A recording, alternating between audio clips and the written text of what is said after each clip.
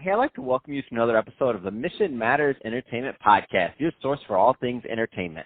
My name is Adam Torres. You can follow me on Instagram at AskAdamTorres. Keep up with my book releases, book tour schedule, signings, all that other good stuff. Always love to connect with you there. And as always, if you'd like to apply to become a co-author of one of my upcoming books, just head on over to the website, missionmatters.com, and click on Become an Author to apply. All right, so today I have Micah Hollingworth on the line, and he's co-founder and CEO over at Broadway. Micah, welcome to the show. Thank you for having me. So I'm excited about what you're doing over at Broadway. I mean, you've worked with some huge names like the Phantom of the Opera, the longest-running musical in Broadway history, also working with Wicked. I mean, big things you're doing over there. Let's just start off with what you're doing at Broadway. So tell us a little bit more about the company, please. Sure. So the simplest way we can describe it is we're taking that experience of purchasing tickets at the box office window, having that conversation, searching for what you're looking for, and then being able to buy in person. And we're just moving that experience from analog to digital, if you will, right, to the digital space, whether that's your website, Facebook, Amazon via Alexa, all these other channels and opportunities. So it takes your ability to engage your fans and have a conversation and hopefully sell them tickets, and you're able to meet them in their preferred channel, wherever they may be. What kind of response have you gotten from this? I mean, because it sounds like, I mean, as everything gets taken to digital, which it should be over time, right? You're operating in some, the box office window. That's something historically that, especially in your area. So if you're looking at Broadway and some of these shows you're doing, I'm just interested, what kind of response have you got from the user base? It's been pretty strong to start. What was interesting when we first went into the market was most of the Broadway producers, our initial clients, they all acknowledged that a younger crowd may be potentially more engaged or more of an opportunity in this space, if you will, because they're more technology savvy or technology native. But what's actually proven out for us is that the demographics for the show, for our show partners, is what's represented in our activity. So for Broadway shows, for many of them, the typical client base is female, anywhere between 45 and 55. And that's who we're seeing engage with the service and purchase tickets.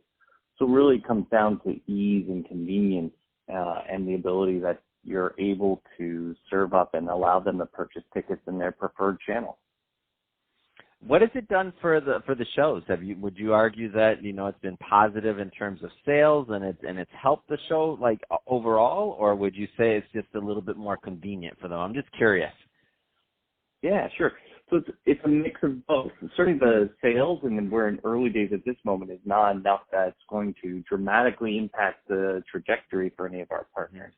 But what we have seen is that the tickets that we are selling are at a much higher average ticket price, in some cases more than 25% higher than what they're seeing via other channels. And we're also able to provide our partners with all this data, right? Once a person initiates a conversation with us, we're able to show and provide to our clients exactly what people are asking for and what they ultimately, hopefully, are purchasing, right? Whereas if you're dropping a user right now on a website for telecharge.com or Ticketmaster, for example, where they're looking at a seating chart, you're not quite sure, you don't have absolute certainty over what that consideration process is for the consumer. Did they come to the website with the intent to purchase orchestra seats, but then saw $99 seats up in the mezzanine, decided to purchase those? Or the reverse, did they come at a lower price point, but now they've upsold themselves because they've seen what's available on the floor closer to the stage? There's so many considerations that go into the final determination of purchasing tickets that we're, at least for our partners, able to provide them with real specificity over what's being looked at and what's being purchased, and in a very nimble format, allowing them to be able to change that on the flow so that they're very responsive to what the incoming traffic is telling them they're looking for.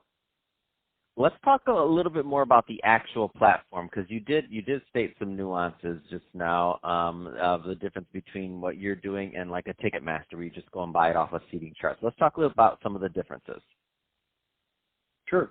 So we're primarily, a chat format, meaning that the show can have the chat format on their website. They can place it within Facebook Messenger. They can use it Apple Business Chat.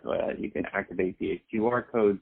So once the fan engages in a conversation, they're literally chatting back and forth with us. So they're texting in back and forth what they're looking for. They're having questions about what time is curtain, what time does the show get down, are there any pre-show dining options, where can I park, is this show family appropriate, asking about performers that are on.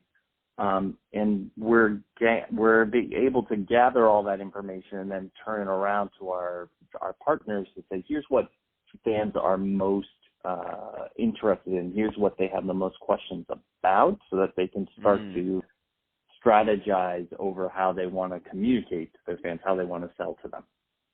Wow, that's amazing. So if you're taking me through a journey of what a client would look like let's say I'm going on one of the websites for one of the shows I want to see, then I see, and then there's like a chat box. You click on that, and you're thinking about tickets. You can ask questions.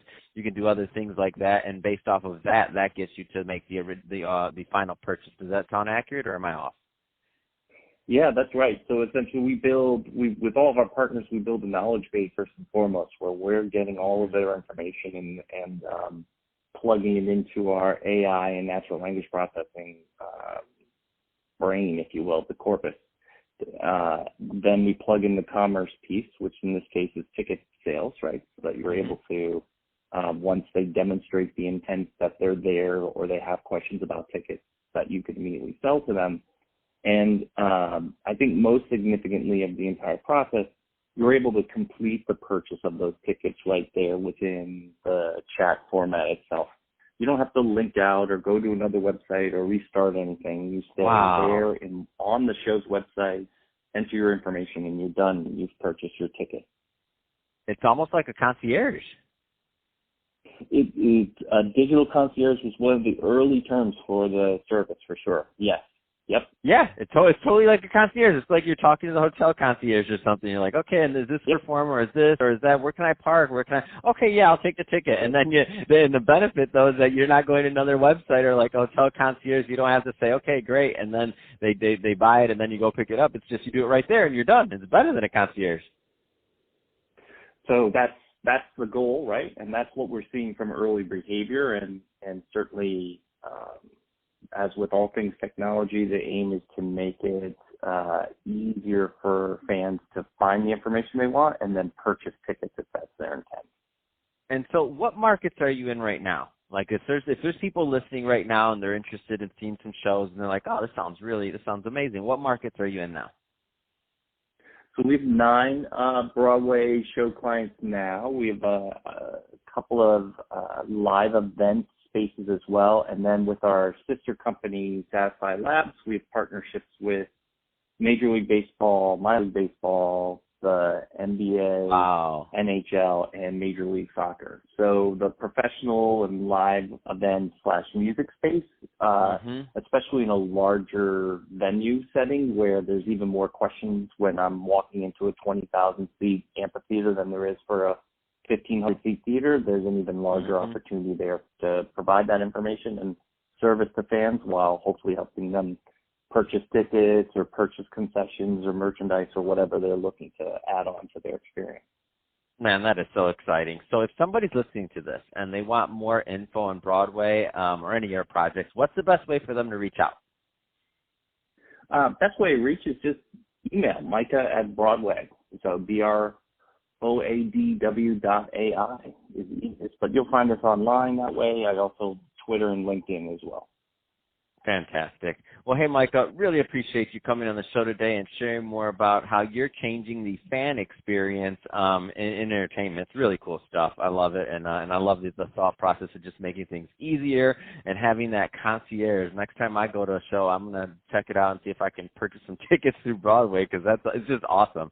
And to the audience, as always, thank you for tuning in. Hope you got a lot of value out of this. Hope you had a lot of fun listening. If you did, don't forget to subscribe to the podcast. Leave me a review on the Apple iTunes Store. Do all those great things we do to support our podcasters. I really do appreciate it. And Micah, thanks again for coming on the show.